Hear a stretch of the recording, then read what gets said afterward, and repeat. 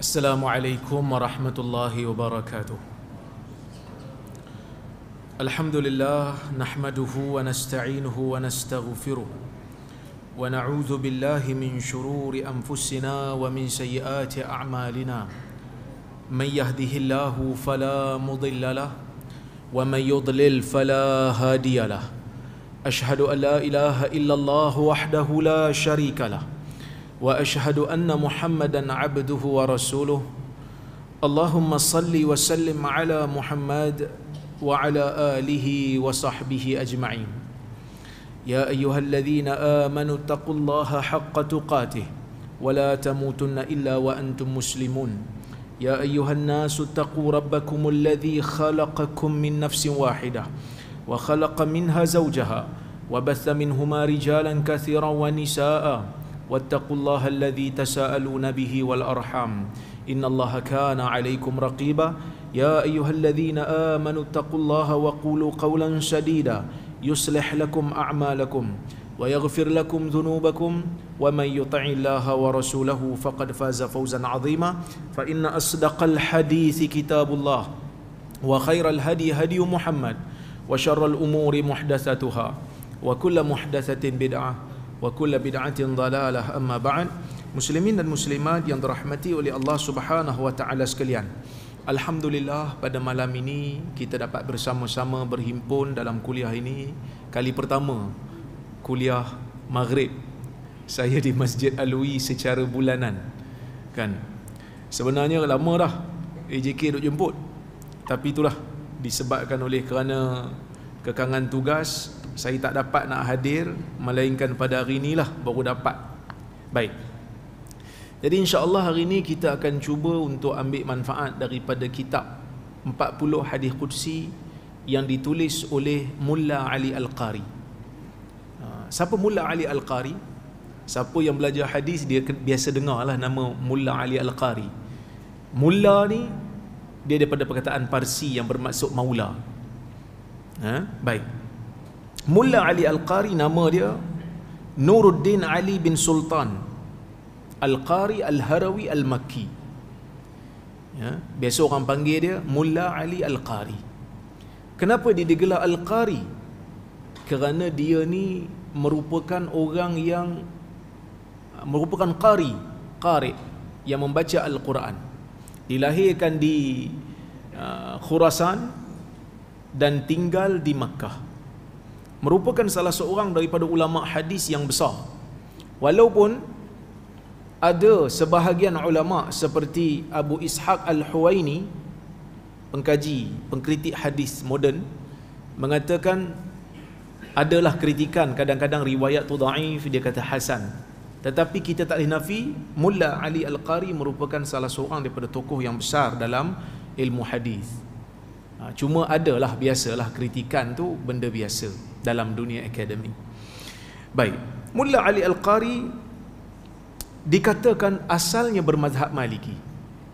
Kemudian dia bertukar kepada mazhab Hanafi dari sudut fiqh lah. Baik. Dan di antara kitab yang terkenal yang ditulis oleh Ali Al-Qari ialah Mirqatul Mafatih dan juga kitab hadis 40 ni lah. Hadis 40 Qudsi.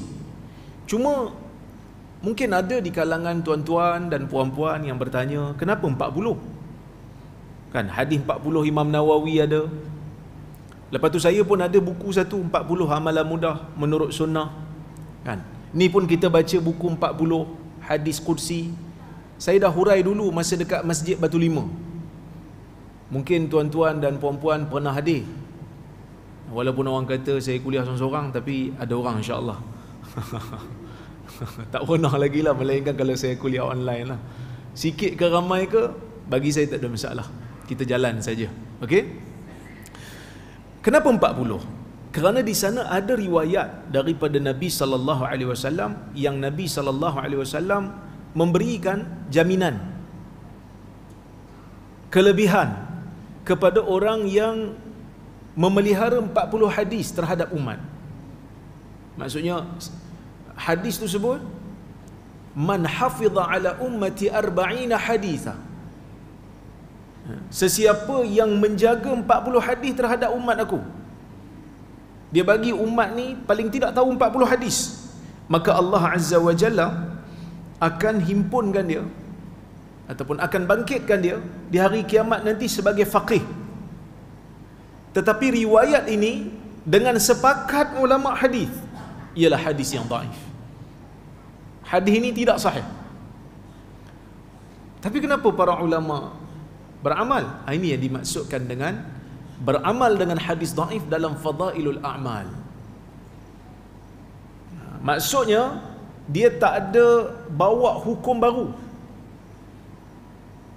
dia tak ada bawa benda baru. Menyampaikan hadis adalah sesuatu yang dituntut di dalam agama. Menyampaikan hadis benda yang dituntut. Kerana Nabi SAW sebut dalam riwayat yang saya selalu baca dulu, balighu anni walau ayah, sampaikan daripada aku walaupun satu ayat. Naddarallahu imra'an sami'a maqalati wa wa'aha wa hafizaha wa addaha kama sami', farubba muballighin aw 'amin sami', atau kama qala. Moga Allah menceriakan wajah, menjadikan elok wajah orang yang mendengar kalamku, memahaminya, menghafalnya, dan menyampaikannya seperti mana yang dia dengar. Kerana berkemungkinan orang yang disampaikan kepadanya hadis itu lebih faham daripada orang yang menyampaikan. Maksud orang yang sampaikan tu, dia mungkin dengar hadis daripada Nabi SAW, dia mungkin faham, tetapi dia tidak memahami dengan mendalam. Dia sampaikan pula pada orang lain. Orang yang dengar tu mungkin lebih faham daripada orang yang disampaikan tu lebih faham daripada orang yang mendengar. Kerana pemahaman yang Allah Azza wa Jalla berikan itu berbeza-beza. Sesiapa yang membaca kitab syuruh, sesiapa yang membaca kitab syuruh hadis, dia akan dapati diri dia berada pada lautan kefahaman ulama yang begitu mendalam terhadap sesebuah teks hadis. Kan, saya biasa mengajar hadis ni. Banyaklah juga kuliah dalam seminggu 5 hari saya ada kuliah. Semua kebanyakannya online lah. Kebanyakannya hadis, kebanyakannya syarah hadis. Jadi bila kita nak mengajar tu, kita bacalah juga. Serupa macam hari ni. Kita baca. Kita baca kitab syuruh ni, kita baca kitab syarah hadis ni, buka Tuhfatul Ahwazi, buka Ariyatul Ahwazi kalau Sunan Tirmizi. Kalau Sahih Bukhari, buka Fathul Bari, buka Umdatul Qari, buka kitab Qastallani, buka kitab Ibn Battal yang mensyarahkan hadis-hadis Bukhari. Saya dapati kefahaman para ulama ni kadang-kadang mendalam. Saya bagi contoh. Dalam satu riwayat hadis, Anas kata, kana Anas bin Malik radhiyallahu anhu marra bisibyan fasallama alaihim wa qala kana an-nabiy sallallahu alaihi wasallam yaf'aluhu. Hadis riwayat Bukhari. Anas ni satu ketika dia lalu di satu himpunan kumpulan budak-budak kecil.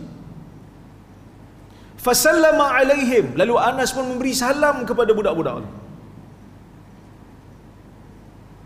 Kemudian Anas kata, kana an-nabiy sallallahu alaihi wasallam yaf'aluhu. Dulu Nabi sallallahu alaihi wasallam sentiasa melakukannya.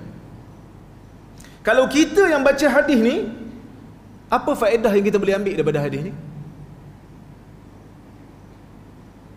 Apa faedah yang kita boleh ambil? Sunat bagi salam pada budak-budak. Betul? Itu yang direct. Jadi kalau kita lepas ni lalu depan kumpulan budak-budak, kita ni orang tua, bagi salam, Assalamualaikum. Tapi ada sedikit makna lebih kalau kita baca kitab syuruh.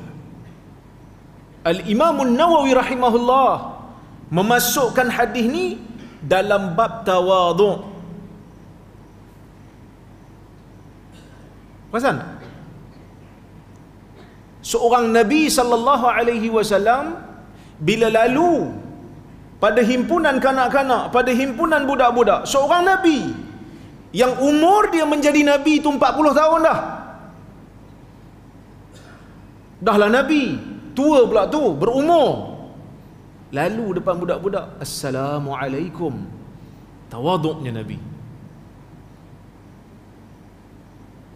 Ada lagi tak makna lain? Ada lagi tak makna lain? Baca kitab syuruh yang lain. Para ulama sebahagian, saya lupa, tapi sebahagian ulama mengatakan dalam hadis ni Anas nak mengajar anak-anak kecil. Sebab tu Anas sebut, Nabi buat ni. Kamu pun lepas ni kalau lalu mana-mana perhimpunan manusia, beri salam. Sebab Nabi buat. Yang keempat,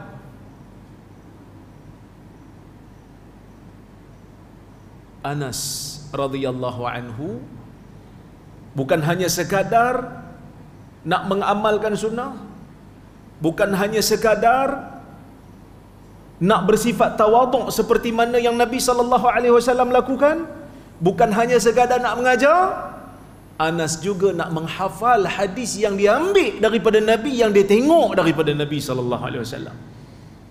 Sebab tu Waqi' Ibn al-Jarrah dia kata apa? Dia kata idza aradta an tahfazal hadis fa'mal bihi takun min ahli. Kalau kamu nak hafal sesebuah hadis, kamu beramallah dengannya. Kamu akan jadi ahli dalam hadis tersebut. Maksud kamu akan jadi pakar dalam hadis tersebut. Kalau setakat nak amal sunnah ni dia boleh amal, tapi bila dia amal, dia sebut Nabi buat benda ni. Dia nak bagi ingat seperti mana yang dilakukan oleh Ibnu Umar radhiyallahu anhu, seperti mana yang dinukilkan oleh Imam Ahmad dalam Musnad. Mujahid kata, aku bersama dengan Ibnu Umar dalam satu permusafiran. Dia lalu satu tempat, dia melencong sikit. Mujahid tanya, kenapa kau melencong? Ibnu Umar kata, aku pernah berada, kuntu ma'an Nabi sallallahu alaihi wasallam fi safar. Aku dulu pernah berada bersama dengan Nabi dalam permusafiran. Nabi lalu kat sini, Nabi melencong sikit, aku pun buat seperti mana yang Nabi buat. Itu bukan satu tuntutan. Kerana sunnah ni kita kena bezakan. Ada sunnah yang dituntut untuk kita buat, ada sunnah yang tak dituntut. Ibnu Umar buat walaupun benda tu tak dituntut. Kerana ada dua lah. Yang pertama sebab dia syiddatut tiba'ihi li sunnatin Nabi sallallahu alaihi wasallam. Kerana kesungguhan dia nak menghamalkan sunnah. Yang kedua, kerana dia nak menghafal hadis tu supaya dia tak lupa. Hadis yang pendek, tetapi para ulama melihat daripada pelbagai angle. Nampak? Jadi sebab itu kita sangat-sangat takjublah dengan ulama-ulama yang Allah Azza wa Jalla memberikan kefahaman kepada mereka itu dengan kefahaman yang mendalam. Jadi insya-Allah kita cuba untuk baca hadis ni, ya. Saya ulang balik, walaupun hadis 40 tu, kelebihan himpun 40 hadis terhadap untuk umat baca tu, walaupun kelebihannya itu tidak sabit, dia tak buat hukum baru. Kerana menyampaikan hadis secara umum itu telah pun sabit dalam hadis-hadis yang lain. Telah pun sabit dalam hadis-hadis yang lain. Jadi ini sebagai satu motivasi sebenarnya kepada orang yang berkuliah. Orang yang berkuliah ni paling tidak kena bacalah kalam Allah dan kalam Rasul, supaya masyarakat dengar ni kalam Allah, yang ni kalam Rasul. Bukan bermakna kita nak suruh semua yang dengar kuliah kita ni perasan jadi mujtahid mutlak. Tak semestinya. Bukan tak semestinya, memang tak boleh pun. Tak mampu kita. Tapi paling tidak masyarakat yang mari dengar kuliah, dia bukan dengar maki, dia bukan dengar caci, dia dengar kalam Allah, dia dengar kalam Rasul. Kan? Jangan marahlah kalau orang kata ada dalil tak Ustaz? Kalau tak ingat, nanti balik saya carilah. Saya tak ingat pula, saya tak tahu pula.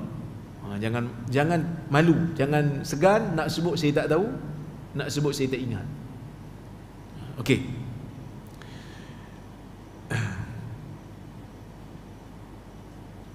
Kita baca dia punya muqaddimah dulu. Dia kata apa? Mulla Ali Al-Qari rahimahullah berkata, Alhamdulillahil aliyyil azim wal barril karim wassalatu wassalam al-atammani akmalani ala sayyidi waladi Adnan wa ala alihi wa ashabihi hamalatu ulumihi wa adabihi wa ala tabi'in wa atba'ihim ila yaumiddin. Dia mulakan dengan membaca hamdalah dan selawat ke atas Nabi sallallahu alaihi wasallam. Amma ba'd, dia kata, faqad sanaha fi khatiri al-muftaqir ila rahmati rabbihil bari Ali ibn Sultan Muhammad Al-Qari an ajma'a min al-ahadith al-qudsiyah. Dia kata telah terbit dalam fikiran aku, yang merupakan seorang yang fakir, seorang yang mengharapkan kepada rahmat Tuhannya, iaitu Ali bin Sultan Al-Qari, untuk menghimpunkan hadis-hadis qudsi, iaitu sebanyak 40 hadis. Yarwihi sadrul ruwah wa badrus thiqat alaihi afdalus salawati wa akmalut tahiyat anillahi tabaraka wa ta'ala, taratan biwasitati Jibril alaihi salam wa taratan bil wahyi wal ilhami wal manam mufawwadan ilaihi ta'bir bi ayyi ibaratin sya' min anwa'il kalam. Dia kata yang mana 40 hadis qudsi itu diriwayatkan oleh sadrul ruwah,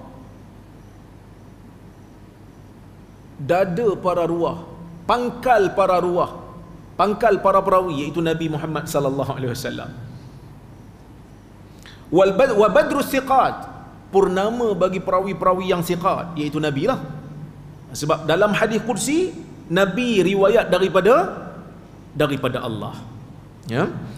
Sama ada kadang-kadang dia riwayat dengan perantaraan Jibril alaihi salam, kadang-kadang dengan wahyu dan ilham dan juga mimpi. Mimpi Nabi lah. Ya. Mufawwadan ilaihi ta'bir, yang mana Nabi sallallahu alaihi wasallam itu diserahkan untuk menyebutkan riwayat daripada Allah itu dengan lafaznya sendiri, walaupun maknanya daripada Allah azza wajal.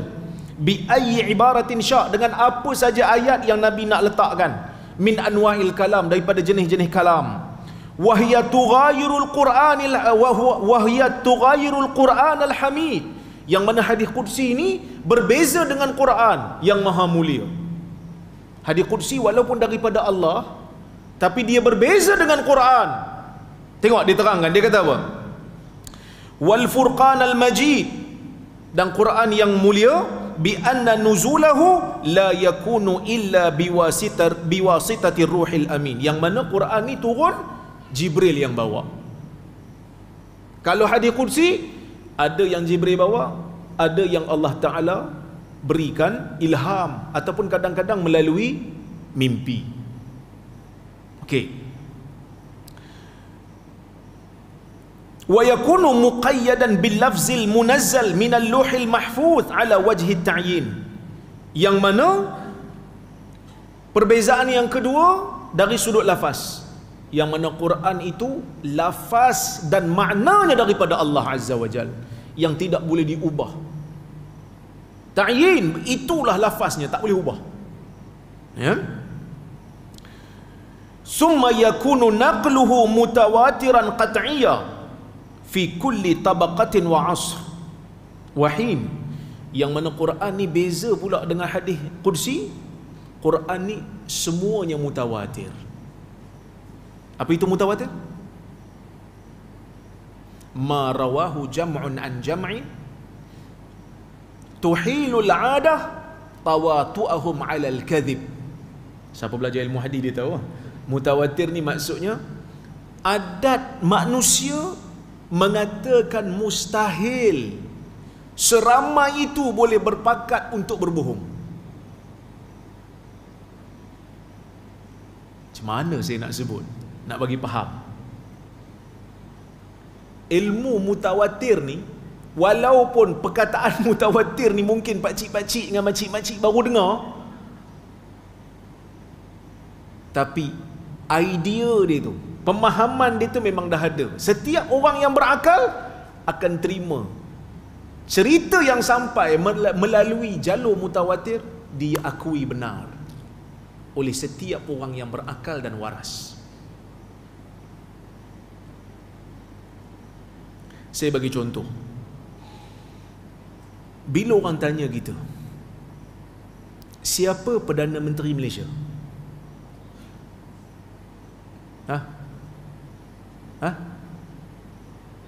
Macam tak nak sebut je. Datuk Seri Anwar Ibrahim. Yakin ke? Yakin? Pernah pergi cek dekat Seri Perdana? Siapa pernah pergi? Saya tak pernah pergi jumpa dekat Seri Perdana. Siapa yang bagi tahu kita? Media. Berapa media yang cakap? Semua media cakap. Berapa ramai orang yang cakap kat kita benda yang sama? Ramai. Boleh tak kita kata, tantah mereka pakat nak bohong aku kot? Kau ni cakap tak tengok orang. Takkan ramai-ramai macam tu bohong kot? Akal kita kata, cerita ni betul. Faham tak? Itu maksud mutawatir. Dengan perbezaan mazhab yang berlaku dalam fiqh ni, mazhab berbeza-beza ni daripada awal. Zaman di mana sebelum hadis tu dibukukan secara, orang kata apa, secara rasmi, ulama-ulama dah berbeza pendapat dalam bab fiqh ni. Abu Hanifah zaman dia sebelum zaman Imam Bukhari. Bahkan Imam Syafi'i lebih awal meninggal daripada Imam Bukhari. Imam-imam hadis ni lewat sikit daripada imam-imam yang empat tu. Imam Ahmad, ialah dia ulama hadis besar agaklah.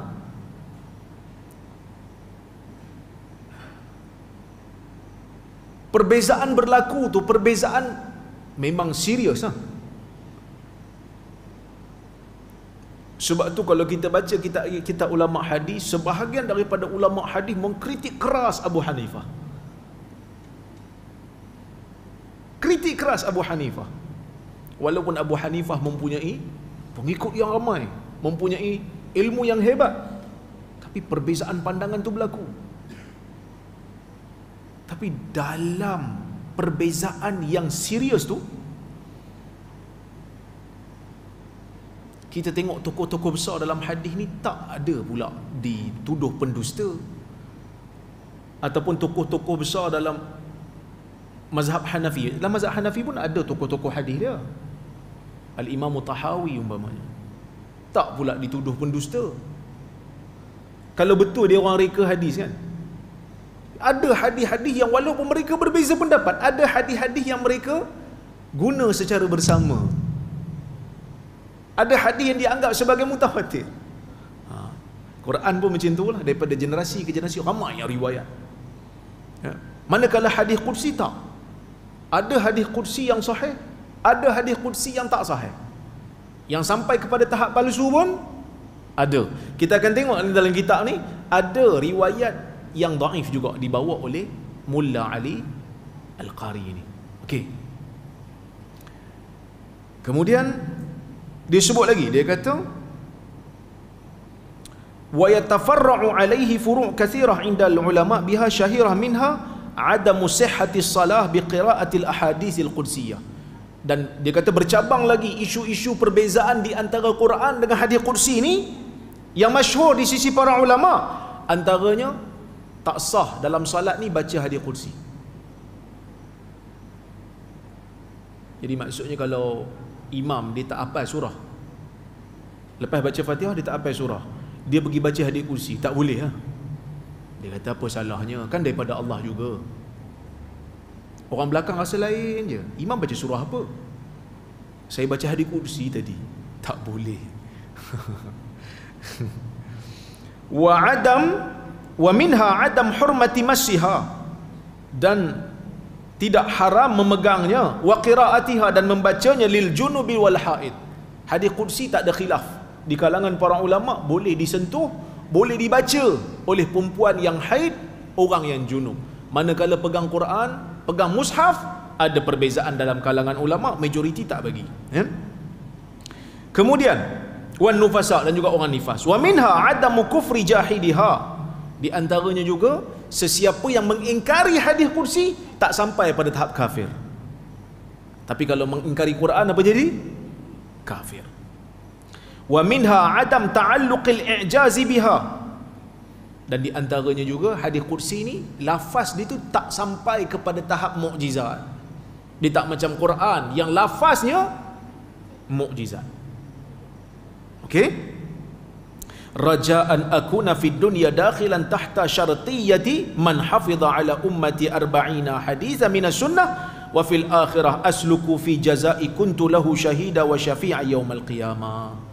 Dan dia kata, aku mengharapkan aku termasuk dalam hadis tersebut, hadis yang saya baca tadi, tapi hadisnya dhaif. Kesemua para ulama hadis yang membicarakan tentang hadis ni tidak mengatakan hadis ni sahih. Okey, kita tengok hadis yang pertama. Hadis yang pertama, an Abi Hurairah radhiyallahu anhu an Rasulillah sallallahu alaihi wasallam qala Allah ta'ala qasamtu salah baini wa baina 'abdi nisfain wa li 'abdi ma sa'al fa idza qala al-'abdu alhamdulillahi rabbil alamin qala Allah hamidani 'abdi fa idza qala ar-rahmanir rahim qala Allah asna 'alayya 'abdi fa idza qala maliki yaumiddin qala majjadani 'abdi fa idza qala iyyaka na'budu wa iyyaka nasta'in qala hadza baini wa baina 'abdi wa li 'abdi ma sa'al fa idza qala ihdinas siratal mustaqim siratal ladzina an'amta 'alaihim ghairil maghdubi 'alaihim waladdallin qala hadza li 'abdi wa li 'abdi ma sa'al. Hadis ni merupakan hadis riwayat Imam Muslim. Hadis sahih lah. Kata Mulla Ali Al-Qari, rawahu Ahmad wa ashabu sit ma'ad al-Bukhari. Hadis ni diriwayatkan oleh Imam Ahmad dan pengarang kitab yang 6 kecuali Bukhari. Maksud pengarang kitab 6 tu ada 6 kitab hadis yang utama yang dipanggil sebagai kutub sittah. Apa dia? Bukhari, Muslim, Abu Dawud, Tirmidhi, Nasai, Ibnu Majah.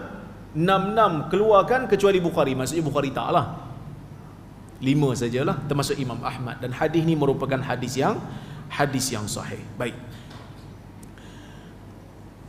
tuan-tuan dan puan-puan yang dirahmati oleh Allah Azza wa Jal, Nabi kata daripada Abu Hurairah, Abdullah Ali Qari kata daripada Abu Hurairah, dia mengatakan daripada Rasulullah sallallahu alaihi wasallam, yang mana Rasulullah mengatakan qala Allah Ta'ala, Allah Ta'ala berfirman. Dia kursilah. Kata Allah, qasamtu salah baini wa baina 'abdi nisfain. Aku membahagikan salat di antara aku dan hamba-Ku kepada 2 bahagian. Wa li 'abdi ma sa'al, dan bagi hamba-Ku apa yang dia minta. Allah Ta'ala kata, salat ni aku bahagi 2. Satu bahagian untuk Allah, satu bahagian untuk hamba. Tapi bila kita tengok hadis ni tadi, hadis ni tak cerita melainkan hanya pada Fatihah. Hadis ni hanya cerita pada Fatihah. Membuatkan kita tertanya, Allah kata tadi salat, bila tengok dalam hadis ni Fatihah. Dalam bahasa Arab, benda ni dipanggil sebagai bahasa majaz. Majaz ni maksudnya kata pinjaman. Maksudnya kata pinjaman. Apa itu kata pinjaman? Ada macam-macam. Ada yang sebut separuh maksud semua. Ada yang sebut semua maksud separuh. Ada yang sebut satu benda melihat kepada benda akan datang. Ada yang sebut satu benda melihat kepada masa lampau. macam-macam bahasa kiasan ataupun bahasa majaz yang orang Arab guna. Tuan-tuan kena rujuk video saya. Ni Suara Sunnah ada, PMT ada. Dia orang duk buat playlist metodologi memahami hadis, masuk bab memahami hadis berdasarkan kepada makna metafora. Macam bila kita kata, aku tak mau dengar, aku tutup telinga dengan jari. Bisa dengar? Tutup, ambil jari, tutup telinga. Ambil jari ke ambil sebahagian daripada jari? Yang kita masuk semua jari ke sebahagian aja? Kita masuk sebahagian je. Betul tak? Bila orang kata, nampak lain hari, hang cukur kepala, cukur rambut ke? Cukur rambut ke cukur kepala? Ha? Hang cukur kepala? Mana ada kepala ada lagi? Yang cukur tu rambut. Tapi kita faham lah. Betul? Kita sebut tempat, kita maksudkan benda yang berada di tempat tu. Bila Nabi SAW kata, laqinu mautakum la ilaha illallah, ajarkan orang mati la ilaha illallah. Mauta tu orang mati. Jadi bila orang nazak, kita kata la ilaha illallah, orang sebelah kata, salah tu, Nabi kata tunggu dia mati dulu. Apa yang dibuat tu betul? Hang yang salah faham. Sebab Nabi kata mautakum tu orang yang nak mati. Maksud Nabi menyebut benda yang akan datang.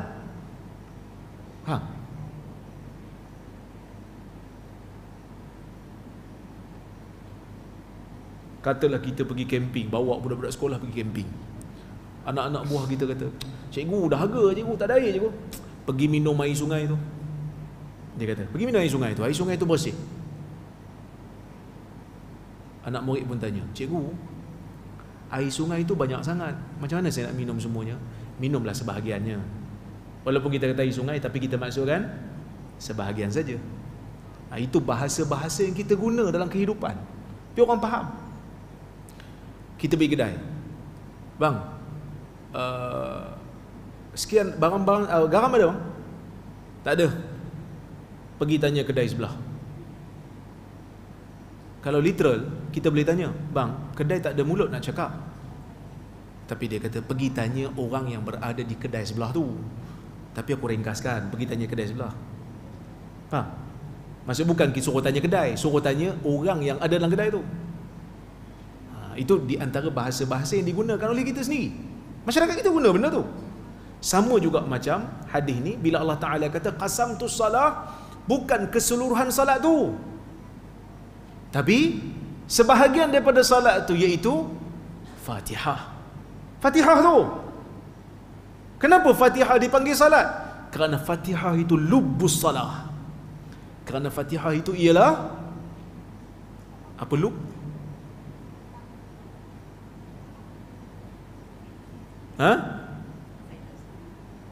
Inti kepada salat. Seperti mana Nabi sallallahu alaihi wasallam sebut, al-hajju Arafah. Haji itu Arafah. Haji itu Arafah. Bukan maksud seluruh haji itu hanya Arafah. Tak. Haji ada banyak benda lain. Tawafnya, sa'inya, bercukurnya, melontarnya, ihramnya. Tapi kenapa Nabi kata haji itu Arafah? Sebab Arafah itu lub. Arafah itu inti yang paling penting. Gitu. Maka bila Allah Azza wa Jalla kata, aku bahagikan salat pada dua, bagi hamba aku apa yang diminta. Apabila hamba baca Alhamdulillahirabbil alamin, bila hamba baca dalam salat dia Alhamdulillahirabbil alamin, segala puji bagi Allah Tuhan sekalian alam. Segala puji bagi Allah Tuhan sekalian alam. Puji ni dalam bahasa Arab ada alhamd, ada al-madah. Ibnul Qayyim mengatakan alhamd ialah pujian yang kita beri, sama ada kebaikan sesuatu itu kembali pada kita ataupun tidak. Sebab sesuatu itu layak dipuji, maka kita berikan kepada dia alhamd, kerana layak dia dipuji. Berbeza dengan al-madah. Al-madah kebiasaannya pujian yang diberikan setelah kita mendapat manfaat. Maka kita puji Allah dalam setiap keadaan. Kita puji Allah dalam setiap keadaan. Sama ada dalam suka, sama ada dalam duka, kita puji Allah. Kenapa kita puji Allah dalam setiap keadaan? Kalau dalam suka, dalam nikmat, kerana Allah saja yang boleh beri nikmat, orang lain tak boleh. Allah saja boleh beri nikmat, orang lain tak boleh. Habis tu kalau dalam suka, okeylah, kita fahamlah, kita syukur pada Allah, kita puji Allah bila Allah beri nikmat kat kita. Tapi kalau kita berada dalam keadaan duka, dalam keadaan musibah, puji juga. Kan Aisyah kata, Nabi SAW kalau Allah Ta'ala berikan sesuatu yang Nabi gembira, Nabi akan baca apa? Alhamdulillahilladzi bini'matihi tatimmus salihat. Segala puji bagi Allah yang mana dengan nikmatnya sempurna segala kebaikan. Tapi kalau Nabi dapat benda yang Nabi duka cita, Nabi baca Alhamdulillah ala kulli hal. Segala puji bagi Allah dalam setiap keadaan.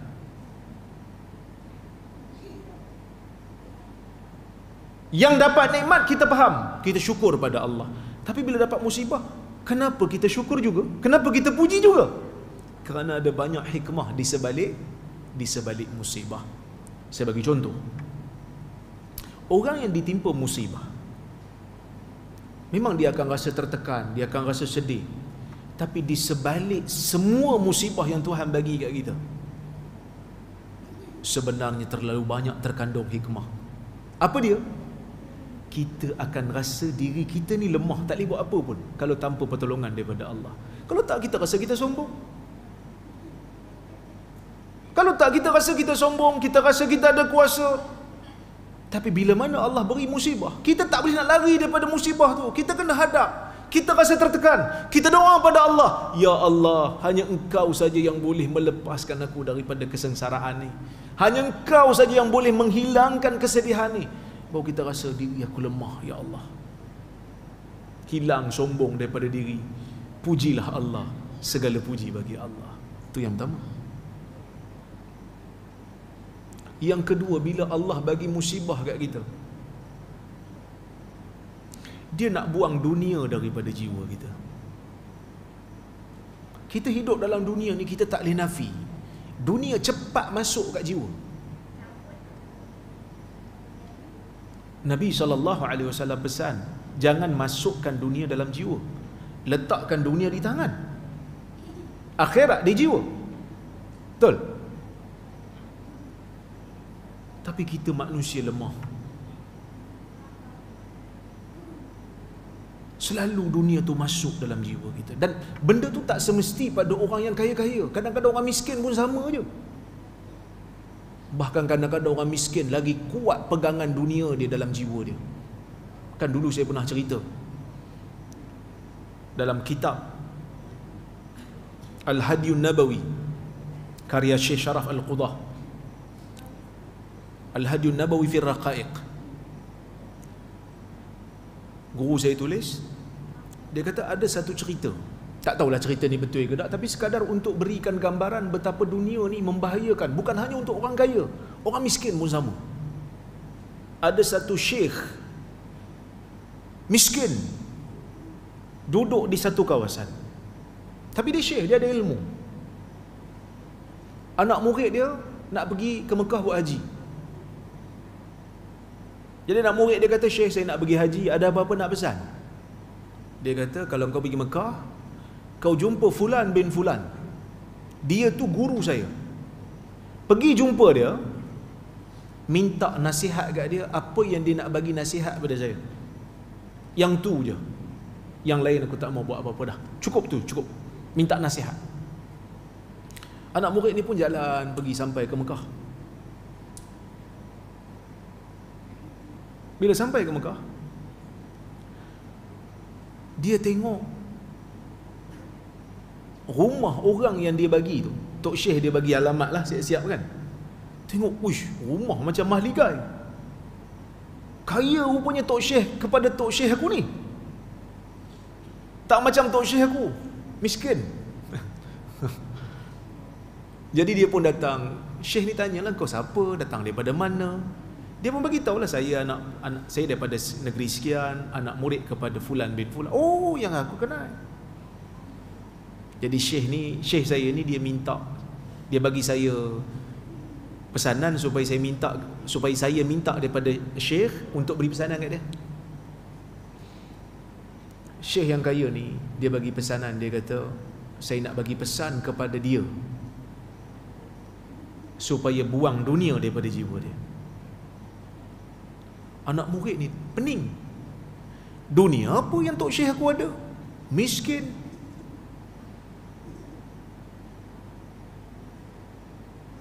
Jadi dia pun balik tak tanya banyak, dia balik. Bila balik sampai kat negeri asal dia jumpa Tok Syekh dia. Dah balik dah? Balik dah, alhamdulillah. Jumpa tak fulan bin fulan tu? Jumpa. Dah minta pesanan? Dah. Pesanan apa yang dia bagi? Dia minta Tok Syekh saya ni buang dunia daripada jiwa dia. Saya heran ni, dunia apa yang ada, saya tengok dalam rumah ni ada tikar satu, tekor satu, tu je. Rumah pun macam nak roboh dah. Tok Syekh dia kata, pesanan dia betul. Terkejut anak murid, pasal apa betul pula? Tok Syekh dia kata, aku ni pada dunia ni aku sayang sungguh dengan tekor aku ni. Kalau aku terjaga malam, aku cari tekor aku dulu, takut tekor ni hilang.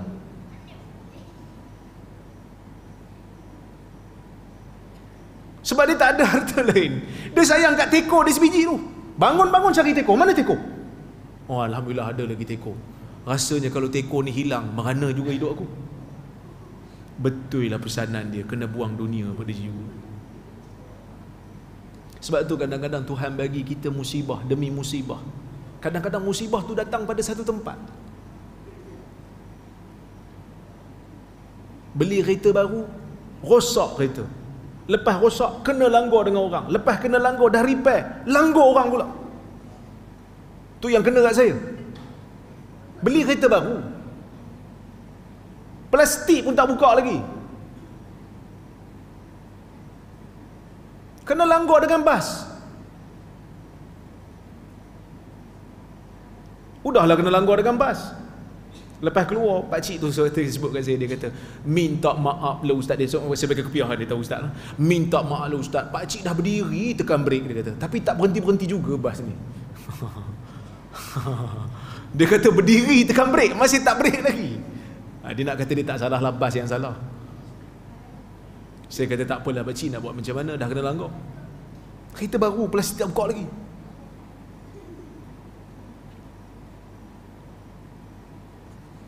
Udahlah macam tu. Langgar kita bas awam. Bas awam ni nak claim dia punya takaful, lambat. Ejen telefon, ustaz, saya ingat ustaz claim takaful ustaz je lah. Kalau claim takaful bas ni 2-3 bulan belum settle, karat nanti ustaz punya kereta ni rosak, hilang NCD kita. Tanya Sobri, dia tahu, dia dah buat saya punya takaful kan. Allah Ta'ala nak uji, nak buang dunia. Sayang sangat kat kereta, Allah Ta'ala kata aku remukkan kereta kau. Mungkin itu pengajaran daripada Allah kan, nak suruh buang dunia. Jadi itu semua adalah nikmat. Dan bila dikenakan musibah, kita akan rasa kelazatan ibadah. Tu pun syukur. Waktu biasa-biasa, waktu senang, waktu lapang, waktu tengah kaya, waktu tak ada musibah, agak-agak salat bersungguh tak?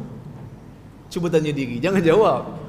Jawab seorang-seorang. Saya pun jawab seorang-seorang, tuan-tuan dan puan jawab seorang-seorang.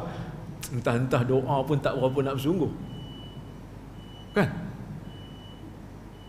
Tapi kalau waktu kena musibah, dia punya doa tu panjang, solat sunat dia lama, kalau boleh tak nak angkat kepala. Sebab apa?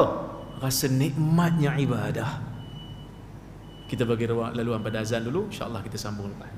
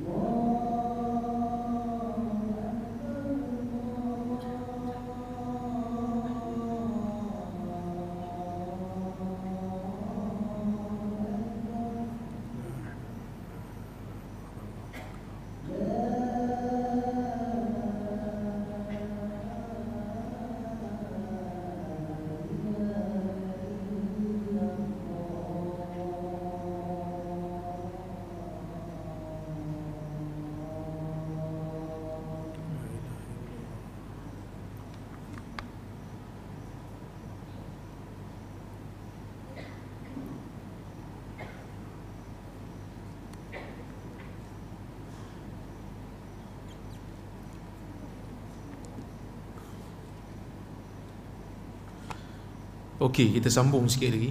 Saya tak baca lagi hadis ni, baru tiga apa? 3 baris kan? Bukan 3 baris, 3 baris, baru 3 baris. Hadis ni ada 7 baris. Jadi kalau tak sempat, kita sambung kuliah akan datang lah. Yang mana kuliah akan datang tu insya-Allah bulan apa? Bulan 7 nanti lah. Okey, sebab insya-Allah kalau ada rezeki saya akan pergi haji. Jadi ada tempoh masa panjang sikit lah untuk kita punya jarak kuliah ni. Tuan-tuan doakan saya dapat pergi haji lah. Baik. Jadi musibah yang Allah Ta'ala bagi kat kita ni menjadikan kita rasa kelazatan dalam ibadah. Bersungguh, bukan hanya sekadar bersungguh, rasa seronok. Ibadah ni sebenarnya akan berikan kita rasa seronok, tapi mungkin kerana kealpaan, kerana dunia, kerana kita sibuk, menyebabkan kadang-kadang rasa nikmat ibadah tu jadi hilang. Sehingga kan bila Allah Ta'ala hantar musibah, kita tak minta musibah tu. Dan Nabi SAW pun tak benarkan kita minta musibah daripada Allah. Tapi kalau ia datang, ia memberikan kesan yang kalau kita fikir di sebaliknya secara positif, akan memberikan kita rasa syukur. Ya Allah, syukur kerana aku rasa kelazatan dalam beribadah. Itu yang nombor 3. Yang nombor 4, Allah Azza wa Jalla apabila memberikan musibah, dia datangkan sekali dengan penyucian dosa. Illa kaffarallahu biha sayyi'atih. Nabi SAW kata apa? Ma asabal muslim min musibah. Tidak ada seorang muslim yang diberikan dengan apa-apa musibah sehinggakan duri yang terkena di badan dia, illa kaffarallahu biha sayyi'atih, melainkan Allah Ta'ala akan cuci dosa-dosa kecil dia, akan gugur dosa-dosa kecil dia bila dia sabarlah. Dan dalam masa yang sama, Allah akan berikan pahala atas kesabaran dia, yang mana Nabi SAW menyebutkan, yang mana Allah Azza wa Jalla berfirman, innama yuwaffas sabiruna ajrahum bighairi hisab. Sesungguhnya Allah akan memberikan orang-orang yang sabar itu ganjaran yang tidak ada skemanya, yang tidak ada ukurannya, ganda demi ganda. Jadi sebab itu kena syukur, bersyukur. Dalam keadaan suka pun syukur, dalam keadaan sedih pun syukur.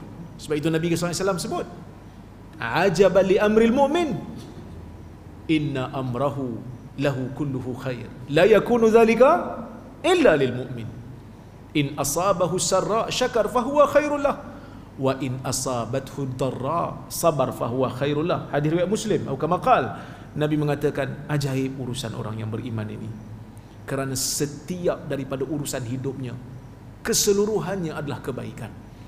Jika dia ditimpa dengan benda yang baik, dia akan bersyukur dan itu baik untuk dia. Dan kalau dia ditimpa dengan perkara yang menyedihkan, itu juga baik untuk dia apabila dia sabar. Sabar, maka itu baik juga untuk dia, kata Nabi SAW. Jadi sebab itu bila Allah Ta'ala kata, disuruh kita baca dalam Fatihah, Alhamdulillahi Rabbil Alamin, segala puji bagi Allah, Tuhan sekalian alam. Kita puji Allah bukan semata-mata kerana kita dapat nikmat daripada Allah. Kita puji Allah dalam setiap keadaan.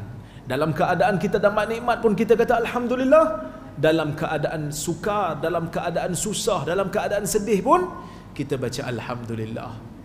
Kerana pujian kepada Allah, walaupun kita tak sedar ada timbangan baliknya, tetapi ia datang mungkin dalam keadaan yang kita tak sedar. Kebaikan-kebaikan yang begitu banyak, kebaikan-kebaikan yang begitu banyak yang Tuhan bagi. Maka Alhamdulillah, segala puji bagi Allah Rabbil Alamin, Tuhan yang menguasai alam ini. Maka ayat yang pertama dalam surah Fatihah ni mengajar kita untuk apa? Mengajar kita untuk mengiktiraf tauhid ar-rububiyah. Apa itu tauhid ar-rububiyah? mengesakan Allah Azza wa Jalla sebagai Tuhan yang mencipta, mentauhidkan Allah dengan mengatakan Allah satu-satunya yang berkuasa, yang mentadbir, yang mengatur. Tak ada siapa selain Dia yang berkuasa mutlak seperti Dia.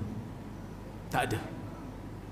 Kalau tiba-tiba ada orang kata wali ni boleh kuasai alam sehingga Allah tinggalkan dunia ni untuk dia, dia boleh atur alam ni, Tuhan cuma tengok dia, Tuhan cuma tengok alam ni sehari 2 kali je, kita kata ini adalah pandangan yang batil. Kerana dalam salat kita telah mengakui Alhamdulillahirabbil alamin, yang mengatur alam ini hanyalah Allah Azza wa Jalla.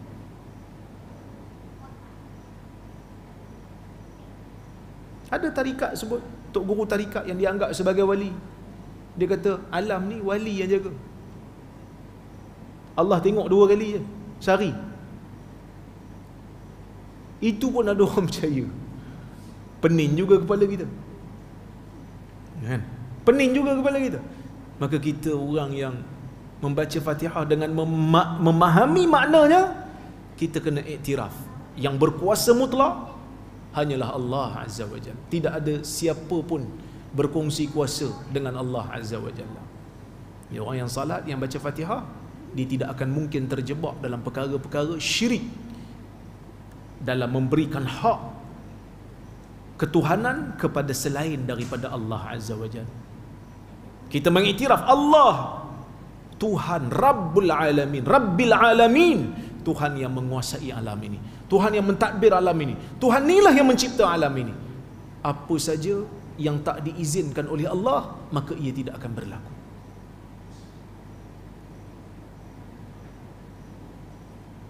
Sebab itu Nabi SAW dalam masalah ni Nabi tegas. Ketika mana sahabat mengatakan Masya Allah wa syit, apa yang Allah kehendaki dan apa yang kau kehendaki oleh wahai Rasulullah, itu saja yang akan berlaku. Nabi tanya apa? Aja'altani lillahi nidda, kamu nak jadi aku ni sekutu bagi Allah ke? Sebut Masya Allah wahdah, sebut hanya Allah saja yang berkehendaki.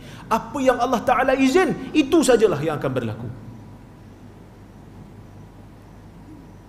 Kalau ikut kehendak Nabi, banyak benda yang Nabi nak, tapi ada benda yang Allah Ta'ala tak izin.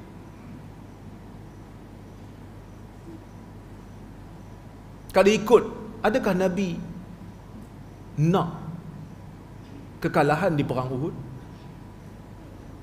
Kan? Menyedihkan perang Uhud, sehingga Nabi SAW itu cedera, sehingga Hamzah itu gugur. Menyedihkan Nabi. Itu bukan kehendak dia, tapi itu kehendak Allah, dan Nabi terima.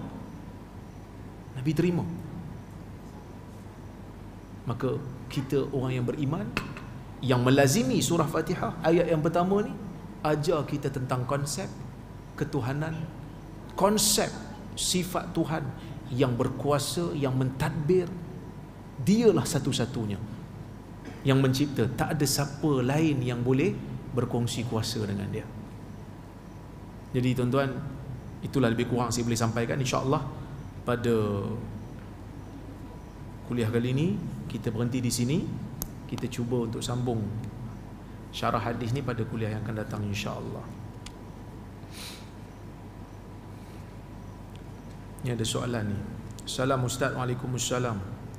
Selain daripada kunut subuh, apa lagi pendapat dalam mazhab Syafi'i yang dilihat lemah, pendapat mazhab lain lebih kuat?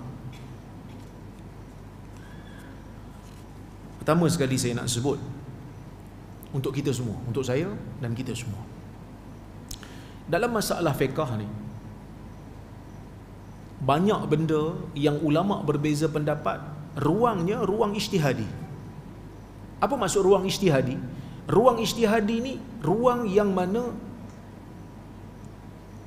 ulama-ulama telah menggunakan kemampuan mereka semampu mungkin untuk menggarap dan merumuskan hukum Allah dan Rasulnya semampu mungkin mereka. Sebab itu bila kita sebut ijtihad, apa dia? Ijtihad ni kita menumpahkan segala kemampuan yang kita ada untuk faham kalam Allah dan kalam Rasul. Tu dulu kita kena tahu. Jadi bila mana ruang itu ada ruang ijtihad, dia bukan masalah qat'i. Kalau katalah masalah qat'i, Allah Ta'ala kata la taqrabu zina, kamu jangan hampiri zina, zina tu haram dengan sepakat ulama, ijma'. Tiba-tiba ada seorang kata sebenarnya zina tu makruh je, maka itu adalah pandangan yang kufur, kerana telah menyanggahi ayat yang qat'i. Kalau tiba-tiba ada orang kata mencuri ni boleh, sunat muakkad, sedangkan mencuri itu haram dengan ijma', maka yang tu pandangan yang kufur, yang tu tidak ada penghormatan padanya, kita kena kecam. Tapi kalau dalam masalah ijtihad ni ada banyak faktor yang menyebabkan para ulama berbeza pendapat. Antaranya bila ada pemansuhan hukum. Mula-mula Nabi bagi tahu macam ni, lepas tu Nabi batalkan macam tu. Yang awal, masa Nabi sebut hukum yang awal, ada sahabat dengar. Masa Nabi batalkan, mungkin sahabat tu tak dengar. Sahabat tu dah pindah pergi tempat lain. Nabi hantar dia pergi Yaman umpamanya, Nabi hantar dia pergi Iraq umpamanya, untuk misi perang dan sebagainya. Mungkin dia tak sampai kat dia pembatalan tu. Maka berlakulah perbezaan pandangan. Boleh jadi perbezaan pandangan tu sebab perbezaan dalam penilaian hadis. Sebab apa? Sebab hadis ni kita nak nilai melihat kepada perawi. Tu first step. Sama macam kita bila orang datang bawa berita, dia akan tengok dulu siapa yang bawa cerita ni. Kalau yang bawa cerita ni orang yang memang terkenal sebagai orang yang tak cermat dalam bawa cerita, kita pun akan hati-hati. Nanti dulu hang dulu bawa cerita tak betul pun, ataupun dia kaki bohong, memang kita tak terima.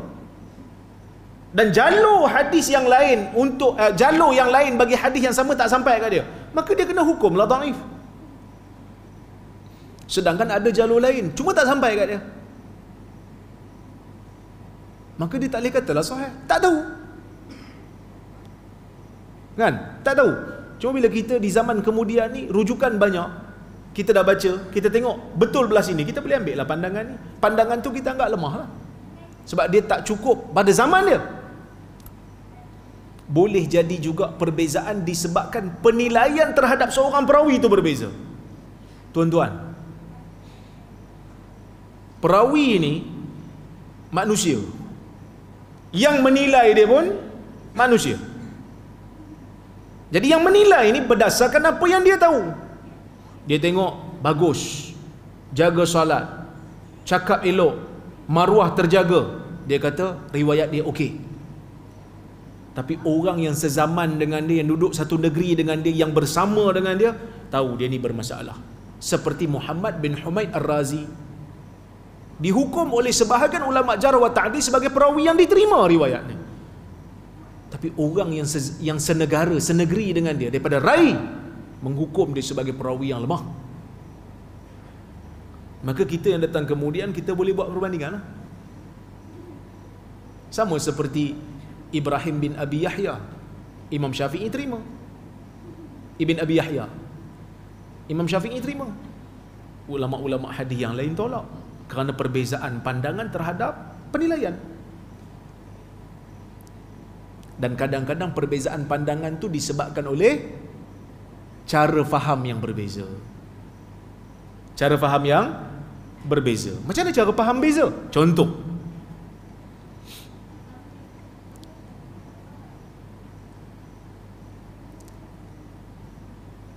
Nabi SAW tidak membenarkan lelaki yang berihram untuk pakai kasut. Tak boleh pakai kasut. Nabi tak bagi pakai khuf. Kasut tak boleh pakai, khuf tak boleh pakai.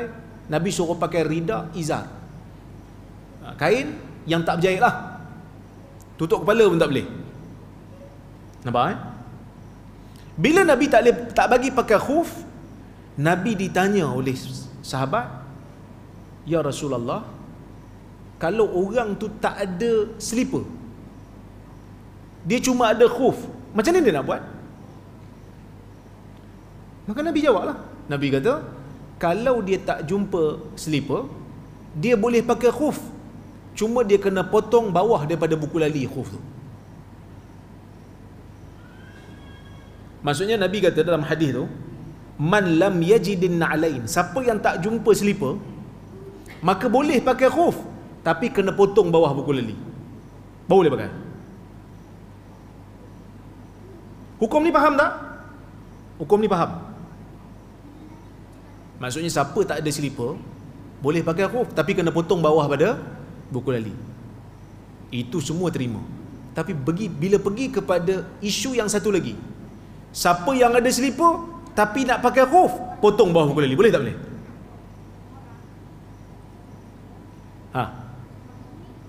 Nabi kata tadi, siapa tak jumpa selipar pakai khuf, potong bawah pada buku lali. Sekarang saya ada selipar, tapi saya kata malah pakai selipar, saya nak pakai khuf. Khuf ni stoking kulit, dia tutup buku lali. Tapi saya kata macam ni lah, saya ada selipar tapi saya malas nak pakai selipar saya ambil khuf saya potong bawah buku lali, boleh tak boleh?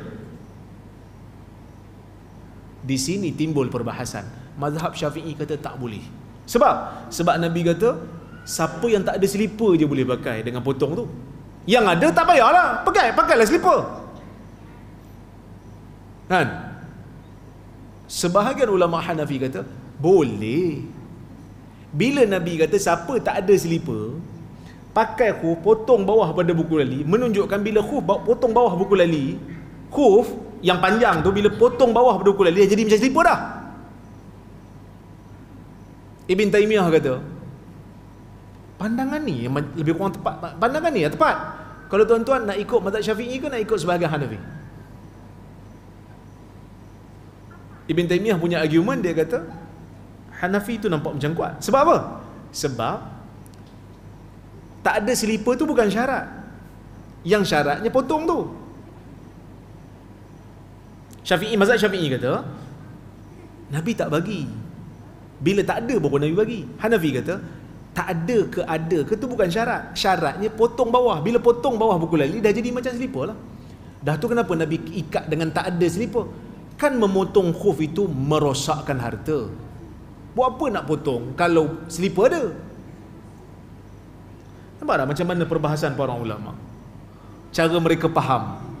Jadi, kalau tanya saya, soalan macam ni, saya tak boleh jawab dengan jawapan yang umum. Sebab apa? Sebab dalam masalah ijtihad, masing-masing orang ada pilihan.